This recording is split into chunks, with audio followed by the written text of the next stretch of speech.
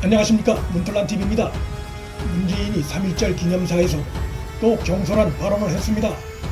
코로나와의 기나긴 싸움의 끝이 보인다며 11월까지 집단 면역을 이룰 것이라고 말했습니다.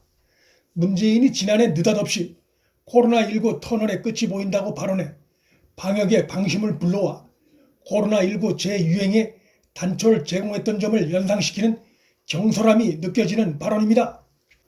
최근 영국의 이코노미스트 인텔리전스 유닛은 한국의 접종 완료 시점을 올해가 아닌 내년 중반으로 예측한 바 있습니다. 또한 이로 인해 집단 면역 시기에 대해 내년 하반기로 내다봤습니다. 접종이 완료된다고 해서 곧바로 집단 면역이 형성되는 게 아니고 일정한 기간을 요하기 때문입니다. 우리의 경우는 백신 계약이 많이 늦었을 뿐만 아니라 백신 첫 접종을 효과 논란이 적지 않은 아스트라제네카로 시작한 입장입니다. 충분한 양의 화이자나 모더나 같은 백신이 언제 들어올지 정부 발표는 있지만 현재로서는 불확실한 상황입니다. 집단의 면역 수준은 접종률과 백신 효과의 곱하기입니다. 70% 효과만 내는 백신은 인구 100%가 접종해야 70%의 집단 면역이 형성된다는 얘기입니다. 90% 이상의 효과를 내는 백신의 경우는 인구 80%가량이 접종을 마쳐야 집단 면역이 형성될 수 있다는 의미입니다.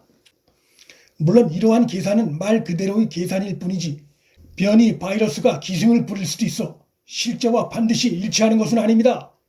우리 국민 80% 이상이 8, 9월 안에 효과가 좋은 화이자나 모더나 백신을 2회 이상 접종할 수 있어야 11월경 집단 면역을 기대할 수 있는데 현재 백신 수급 상황은 결코 그렇지 못하다는 점에서 문재인의 이날 발언은 총선을 앞둔 총선용 발언으로 의심받기에 충분합니다. 해외에서 보는 예상과 한국 정부의 예상과는 큰 차이가 있는 것은 한국 정부가 백신이 계약대로 늦지 않게 들어올 것이란 전제를 깔고 있기 때문인데 이미 그 이행이 갈수록 지연되고 있는 상황입니다. 해외 분석기관들은 현재 예상되는 속도로 백신이 배포된다고 가정하면 대부분의 선진국에서 인구의 60, 70%가 백신을 접종하려면 2022년 중반은 돼야 할 것이라는 전망을 내놓고 있습니다. 이런 상황을 감안할 때 한국 정부가 올 11월 집단 면역 운운하는 것은 설득력이 떨어지는 예상일 수밖에 없습니다. 지금 국내 도입 중인 백신은 17세 미만 청소년 영유아에게는 승인되지 않았습니다. 접종이 불가능한 17세 미만은 818만 명가량으로 전체 인구의 15.7%나 차지합니다. 따라서 90%의 효과적인 백신을 나머지 국민 모두 접종하더라도 원하는 집단 면역 수준에 도달하지 못할 수 있는 것입니다. 1일 국내 질병관리청이 발표한 접종 현황에 따르면 전날 하루 동안 아스트라제네카 백신은 501명, 화이자 백신은 264명이 접종했습니다. 이에 따라 백신 누적 접종자는 총 2만 1000명가량입니다. 국내 인구 대비 접종률은 0.041%에 불과한 수준입니다. 코로나 끝이 보인다는 문재인의 발언은 국가 지도자로서 경솔하기 짝이 없는 발언이고 OECD 국가 중 백신 접종 꼴찌, 세계 순위로 백신 접종 100번째 국가를 만든 국가 지도자로서 총선을 노린 매우 뻔뻔한 거짓말이나 다름없습니다. 문재인은 최근 여당 지도부와 정부 부처 장관들을 대동하고 부산 가덕도를 방문해 가슴이 뛴다며 노골적인 총선 운동을 펼쳤습니다. 그런데 그러한 문재인의 뻔뻔한 선거 운동에 찬물을 끼얹는 조사 결과가 1일 발표됐습니다. 리얼미터가 발표한 바에 의하면 문재인이 국민의힘에 크게 뒤처지고 있는 부산 보궐선거 판세를 뒤집기 위해 내놓은 가덕도 신공항 특별법에 대해 PK 지역에서도 잘못된 일이라는 부정평가가 54%로 나왔고 잘된 일이라는 응답은 38.5%에 불과한 것으로 나타났습니다.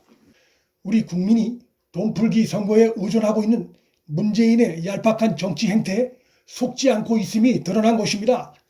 호남을 제외한 전 지역에서 모두 부정평가가 긍정평가를 크게 앞섰고 특히 20대를 포함한 모든 연령대에서 잘못된 일이라고 응답한 비율이 높아 문재인과 문정권을 멘붕에 빠뜨리게 하고 있습니다.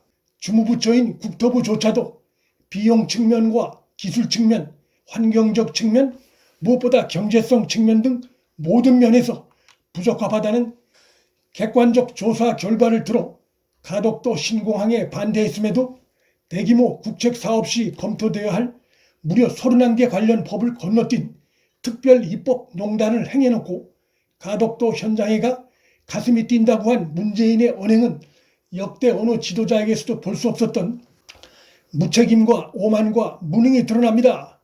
문재인과 문정권은 이번에 나타난 부산 시민의 냉철한 민심을 볼 때 가덕도 신공항으로 표 재미를 보기는 그런 상태고 총선을 앞두고 남은 두 가지 선거 대책은 코로나 백신 접종과 긴급재난지원금 풀기 정도인데 그런데 코로나 백신 접종의 경우 소위 K방역 정치 홍보에 열을 올리다가 백신 수급 계약이 너무 늦어 11월 집단 면역 운운하며 국민을 현혹시키려 하고 있지만 현실성이 없는 상황입니다. 남은 것은 재난지원금 풀기인데 문정권은 이걸 보궐선거 일주일 앞두고 풀겠다는 부끄러움도 모르는 행태를 보이고 있는데 이날 나온 여론조사에 의하면 문재인 지지도는 전주에 비해 1.2%포인트 오른 것으로 나타났습니다. 물론 적은 수치는 아니지만 28조 가덕도 돈풀기와 20조가량의 재난지원금 풀기 카드를 꺼내놓은 문정권으로선 선거가 코앞으로 다가왔는데 민심의 변화가 기대만큼 크지 않아 속으로 당황스러울 것입니다. 무엇보다 문재인에 대한 부정평가가 정권이 그렇게 돈풀기를 했음에도 여전히 53.6%로 나왔다는 점에서 국민들이 문정권에 대한 실망과 분노를 여실히 보여줍니다. 이러한 현실은 다 문정권의 자업자득입니다. 총선에서 거대 의석을 확보한 후에 문정권이 보이고 있는 오만 방지한 일방 독주와 정권 불법을 수사한 검찰 해체 시도, 코로나 백신 공급 대책 실패, 부동산 정책 남발과 실패 등의 문제점을 국민들이 분명하게 인식하고 있음을 보여주는 뚜렷한 정황입니다. 재난지원금 지급은 필요하지만 선거를 불과 일주일 남겨두고 돈을 풀겠다는 것은 국민들 눈에 총선용 매표 시도로 간파되고 있는 상황입니다. 4월 보선이 한 달하고 며칠 앞으로 다가온 상황에서 문정권은 돌아선 민심을 잡을 방안도 능력도 없는 상황입니다. 문틀란TV 여기서 마칩니다. 구독과 좋아요 방송 공유는 방송 제작에 큰 힘이 됩니다. 시청해 주셔서 감사합니다.